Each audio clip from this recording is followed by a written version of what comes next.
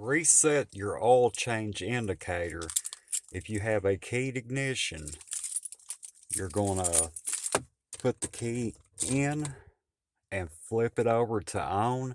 If you have a keyless ignition, push the start button and hold it for 2 seconds, but do not press the brake pedal. You just want it to turn to the on position.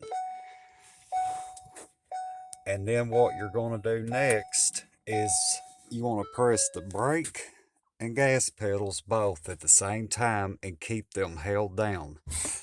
Now, 3 seconds into this, it's going to start sensing that we're resetting the oil indicator.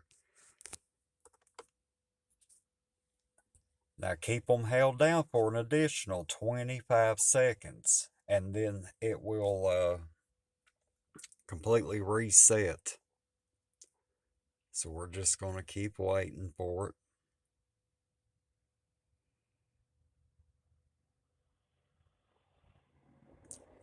And it says service all complete. You can let off and switch the vehicle off. You can see down here the little information light has went off as well.